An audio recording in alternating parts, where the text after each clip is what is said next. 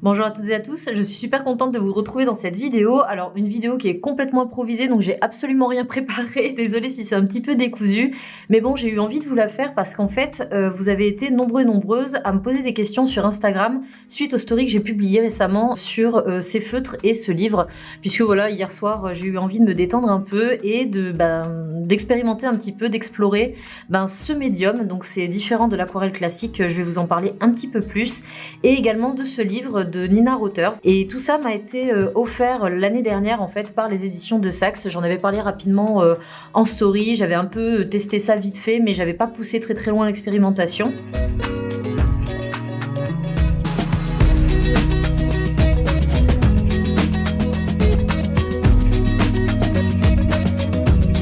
Pour vous en parler rapidement, donc les éditions de Saxe sont spécialisées notamment dans le loisir créatif, beaux-arts, si vous aimez la couture, le patchwork, enfin toutes ces choses-là.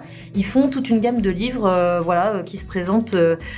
J'aime beaucoup en fait le style du livre, c'est très aéré, c'est très lisible, c'est très agréable à feuilleter. Et également, ils ont fait un partenariat en fait avec Faber-Castell, puisque ce livre-là, c'est plus des réalisations qui sont réalisables au feutre aquarellable et au crayon aquarellable notamment. Donc du coup, c'était l'occasion pour eux de mettre en avant ce type de matériel-là. Alors, pour vous parler déjà du livre, donc il est de Nina Roters et c'est un livre essentiellement dédié au lettering et à l'illustration dessin et aquarelle. Donc voilà, vous avez déjà des exemples d'illustrations. Je tombe sur celui-ci, pour moi c'est ma préférée de tout le livre. Et donc l'idée c'est vraiment de mêler le texte et l'image. Donc voilà, je trouve que c'est une façon intéressante de créer des compositions. Et donc on vous fait ça étape par étape en vous donnant la palette de couleurs qu'évidemment vous pouvez adapter selon vos envies et les étapes de réalisation avec les différentes explications que vous avez besoin de savoir, le matériel, comment vous y prendre, voilà. Et en première partie du livre, vous avez un petit topo sur le matériel qui est utilisé. C'est beaucoup des crayons aquarellables. Après, si vous avez de l'aquarelle classique, ça marche tout aussi bien, il n'y a pas de souci. Le papier, tout ça, quelques techniques, la superposition, enfin voilà, on reprend toujours un petit peu les bases. Et aussi un petit topo sur le lettering et différents effets que vous pouvez réutiliser après dans vos créations. Notamment ça, transférer votre dessin, je trouve que c'est intéressant. Et donc le lettering, donc c'est le terme anglais pour parler de calligraphie. Et alors moi, c'est quelque chose que j'ai fait très tôt en fait. J'aimais beaucoup faire ça au lycée, notamment je m'étais acheté un stylo plume biseauté, vous savez, vraiment un stylo calligraphique pour prendre mes cours et tout. Si je remets la main sur mon carnet, peut-être que je vous l'intégrerai dans la vidéo, mon carnet d'art plastique où je faisais tous mes débuts de chapitre en calligraphie. Donc c'était plus gothique, hein. Là on est dans quelque chose d'un peu plus frais, d'un peu plus contemporain. En ce qui concerne les feutres Faber-Castell, donc c'est les Gold Faber Aqua. Pour celles et ceux qui ne connaissent pas, en fait c'est une gamme de feutres aquarellables, entièrement aquarellables. Et hop, je vais vous montrer celui-ci. On me l'avait envoyé au printemps en fait dernier et c'est vrai que les couleurs fonctionnaient bien pour le printemps, c'est vrai que ça fait plus printanier. Donc vous avez différents coffrets de feutres qui existent, voilà, ils en sortent régulièrement, thématiques. Après j'imagine qu'on doit pouvoir les acheter aussi au détail. Et donc, hop, je vais vous montrer ça. Chaque feutre a deux embouts, deux têtes, donc une tête plutôt pinceau, voilà, que vous pouvez utiliser soit pour colorier, soit directement pour écrire. Ça fait vraiment comme un pinceau calligraphique. Et également une pointe plus liner, donc très précise, qui est également aquarellable pour pouvoir rehausser, travailler les détails, etc. Donc pour vous montrer un petit peu les tests que j'avais pu faire notamment hier et que j'ai filmé un peu en story, j'ai testé sur mon papier expression de chez Admul. Donc voilà, vous voyez d'ailleurs c'est ça qui m'a inspiré la composition que vous verrez en deuxième partie de la vidéo. Plutôt en noir et blanc là en ce moment, je suis plus sur le noir et blanc. Et donc vous avez un aperçu sur les couleurs. Donc je peux vous montrer éventuellement rapidement comment on utilise ça. Donc je vais peut-être faire une des couleurs qui se voit le plus, notamment le fuchsia, là, le rose fuchsia comme ça. Hop, il vous suffit de colorier sur la surface que vous voulez teindre. Vous pouvez laisser sécher, hein, c'est-à-dire que le feutre soit frais ou sec, ça change strictement rien. Ensuite, soit avec un pinceau classique ou avec un pinceau, ça se fait beaucoup avec le pinceau à réservoir aussi. Donc vous humidifiez votre pinceau et vous allez venir repasser sur le feutre et étirer votre couleur et éventuellement la dégrader. Donc là pour le coup ça se fait un peu comme de l'aquarelle classique. Après vous avez souvent cet effet d'auréole, donc c'est pour ça qu'il ne faut pas hésiter à remouiller la totalité du feutre Et donc, si vous voulez que la couleur soit très concentrée, il faut essayer de gérer la quantité d'eau en fonction de l'intensité que vous voulez.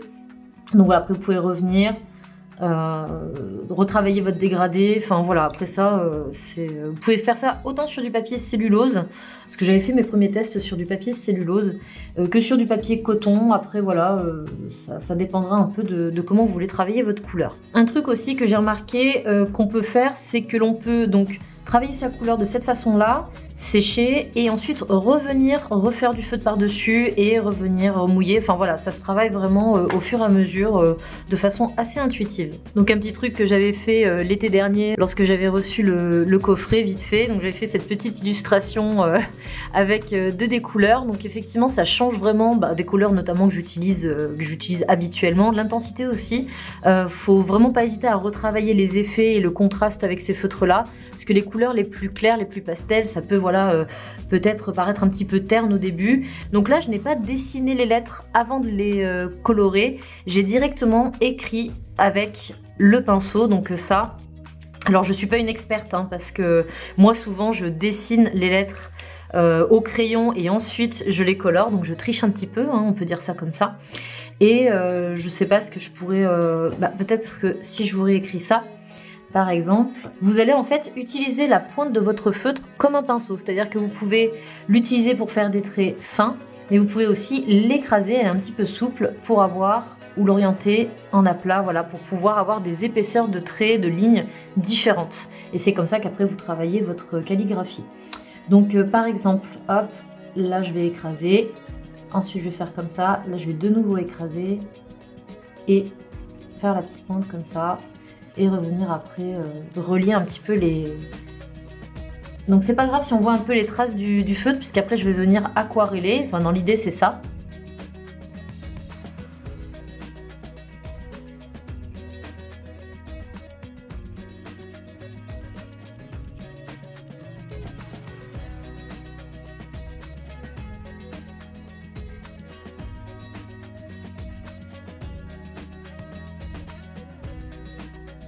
Donc je regarde pas du tout si je fais ça droit, par contre là je vous fais vraiment comme je vous ai dit les choses un peu spontanément.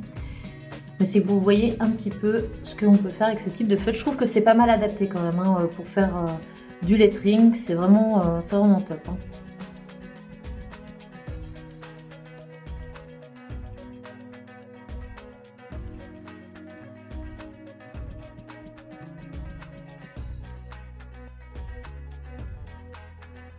Bon, c'est pas très joli au bout, mais c'est pas grave.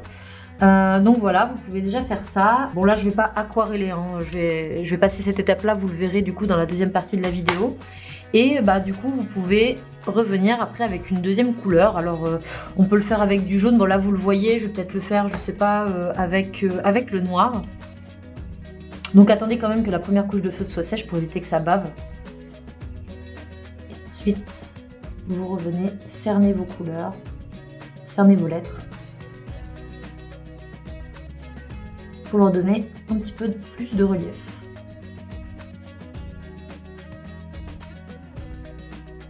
Là, je suis pas sûre du E. Je pense qu'il faudrait que je le fasse aussi à l'intérieur, mais bon. Je vais pas trop me lancer là parce que j'ai pas testé avant, donc voilà, vous voyez un petit peu un aperçu de ce que l'on peut obtenir, donc c'est très graphique et après c'est quelque chose qui vous permettra de faire votre texte en fait accompagnant votre aquarelle. Alors un truc que l'on peut faire aussi, que je peux vous montrer là rapidement, c'est que l'on peut mixer les couleurs entre elles, elles se mélangent très bien, on peut les superposer, c'est ce que j'ai testé notamment hier soir. Et hop, je vais tracer rapidement les lettres avec une couleur.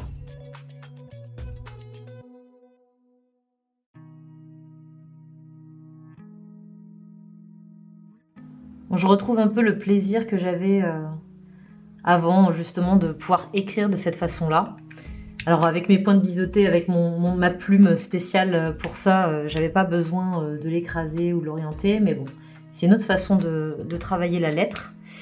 Et je vais venir rajouter sur la moitié haute là un petit peu de bleu que je vais venir après dégrader au pinceau. Alors, je vais prendre un pinceau un petit peu plus fin que tout à l'heure. Je sais plus avec quoi j'ai fait ça. Hop.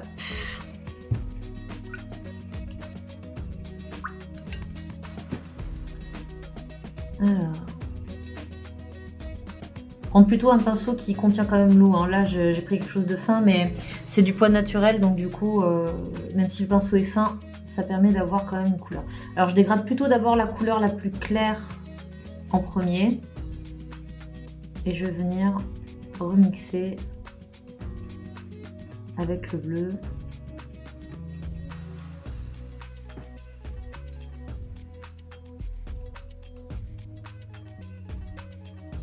Donc là, ça va être quelque chose de très pastel. Hein.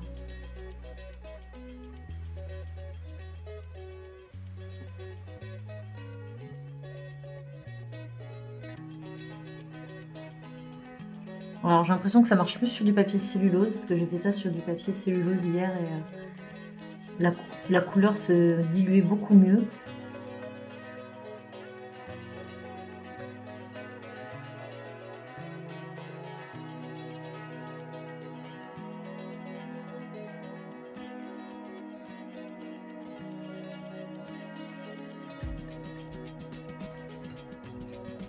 Alors, je vais voir parce que là mon niveau est pas parfaitement. Je vais voir si je peux faire ça. On va en rajouter un petit peu.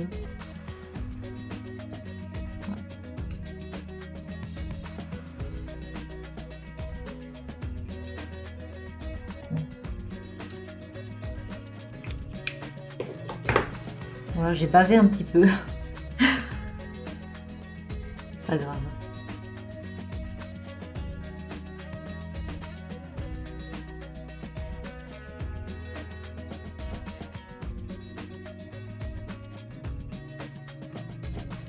Alors l'avantage c'est que ça sèche quand même assez vite. Et je vais revenir, parce que là voilà c'est un petit peu irrégulier. Moi si vous connaissez mon style, j'aime bien quand même que ce soit un minimum propre.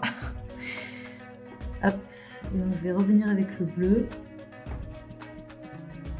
Mettre un peu de relief.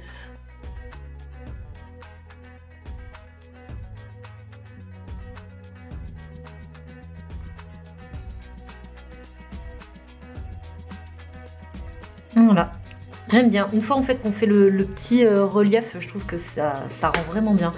Chose que j'avais fait aussi hier, que j'ai vu dans le livre d'ailleurs, c'est de faire des petits effets de texture. Par exemple ici pour rehausser un petit peu la partie rose, de faire quelques petits points. Ou... Voilà, ça peut être des motifs aussi. Il y en a certains, j'ai vu sur le lettering, ils dessinent des choses à l'intérieur des lettres. Je trouve ça vraiment super beau. Donc voilà, après...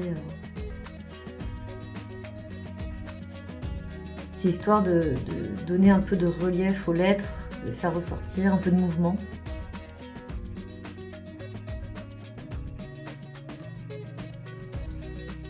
Donc ça, vous voyez, pour faire une carte. C'est-à-dire que le lettering peut se suffire à lui-même. C'est-à-dire que vous n'êtes pas obligé de faire une illustration à chaque fois en plus. Le mot en lui-même est une illustration. En plus, les lettres peuvent devenir des dessins. C'est vraiment, enfin, peuvent devenir des formes, des choses comme ça. C'est vraiment, ça m'intéresse parce que je trouve que c'est un domaine dans lequel on peut vraiment être très créatif assez facilement finalement, puisqu'on a déjà des formes de base, en l'occurrence les lettres et les typographies en fait. Hein, ça, vous pouvez très bien reprendre, soit inventer vos propres formes de lettres, soit si vous voulez après faire des choses qui vont être commercialisées ou des choses comme ça, comme des cartes ou quoi que ce soit, de prendre des polices libres de droit, ça il y en a sur internet. Donc voilà, c'est pas parfait, mais ça vous donne un petit aperçu de ce genre de choses que l'on peut faire. On montrer ça d'un petit peu plus près. Donc l'illustration que je vais mettre en couleur du coup aujourd'hui, enfin je dis en couleur mais je pense que je vais rester sur du noir et du doré, puisqu'en ce moment c'est les couleurs que j'utilise actuellement sur mon feed. Donc du coup j'ai choisi de faire ça dans mon carnet Rhodia Touch. C'est un carnet qui est dédié plutôt aux arts graphiques. Donc c'est pas du papier coton, c'est du papier cellulose mais de très bonne qualité. Donc là je saute une petite page parce que je suis encore en train de travailler dessus. Et donc j'ai réalisé cette petite illustration. Donc c'est essentiellement du lettering du coup que j'ai fait. Et là, comme vous le voyez, j'ai dessiné les lettres pour pouvoir faire voilà ma composition. Et je pense que je vais faire ça uniquement avec le feutre noir, donc travailler voilà en noir et doré, et mon encre dorée de chez Winsor & Newton. Alors par contre, j'ai pas spécialement prévu de vous commenter la suite de la vidéo puisque il va s'agir uniquement de mettre en couleur l'illustration donc que vous voyez ici. Et alors par contre ça va être un peu une première parce que je les ai pas testés sur ce papier là. On verra bien comment ça fonctionne. J'espère que ça va bien rendre. En principe sur du cellulose ça devrait aller. Donc on va voir ça et puis du coup je vous retrouverai pour la conclusion à la fin de la vidéo.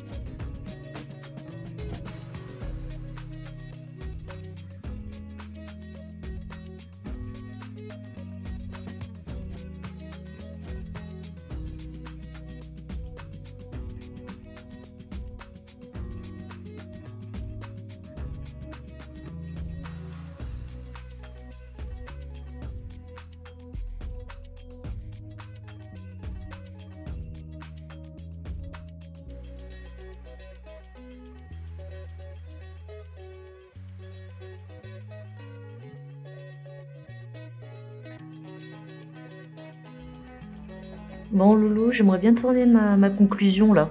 C'est gentil. Bon, je vais attendre qu'elle soit partie du champ peut-être pour vous parler dans cette fin de vidéo où je fais les deux en même temps. Je la laisse et puis je vous parle. Alors pour conclure cette vidéo, je vais vous faire un petit retour sur cette réalisation, donc vous venez voir le déroulé. Donc du coup, je suis assez contente du résultat final, même si voilà, ça m'a pris un petit peu plus de temps que si je l'avais fait à l'aquarelle, parce que je manque un petit peu de pratique de ce type de matériel. Donc je pense que dans les points un petit peu négatifs, c'est le choix du papier. Je pense qu'il est trop fin, même si c'est très agréable voilà, de dessiner dessus. En tout cas, j'avais pas eu de problème pour mes autres réalisations faites à l'encre de Chine ou à l'aquarelle avec cette technique-là. Ça a tendance à, vous le voyez ici, à traverser le papier. Donc je pense que le grammage est un petit peu trop fin pour cette technique. Je vais vous montrer d'ailleurs pour l'aquarelle. Voilà, cette réalisation-là, je l'avais fait à l'aquarelle et ça n'avait absolument pas traversé le papier, comme vous le voyez, pareil pour l'encre de Chine. Donc du coup, ici, je pense que je prendrai un autre type de papier. D'ailleurs, n'hésitez pas à me dire en commentaire, ceux qui utilisent ce type de matériel, dites-moi sur quel type de papier vous faites ça. Et également, je ne vous avais pas précisé, mais je me suis inspirée d'une des illustrations, voilà celle-ci du livre, pour pouvoir faire ma composition, ma composition de mots. Vous voyez ici, j'ai vraiment repris le style des lettres et également l'ordre en fait dans lequel j'ai agencé ma composition, l'idée aussi du petit cœur, tout ça que j'ai un petit peu répété. Donc tout ça pour vous dire que ce type de livre, certes vous avez des modèles à reproduire si vous voulez vraiment être dans le pas à pas, mais vous pouvez aussi vous en inspirer pour créer vos propres réalisations, donc je trouve que c'est intéressant aussi. Donc voilà, j'espère que ça vous a plu. N'hésitez pas à me poser des questions en commentaire si vous en avez. Et abonnez-vous à ma chaîne si ce n'est pas déjà fait. Et je vous dis à très bientôt dans une prochaine vidéo.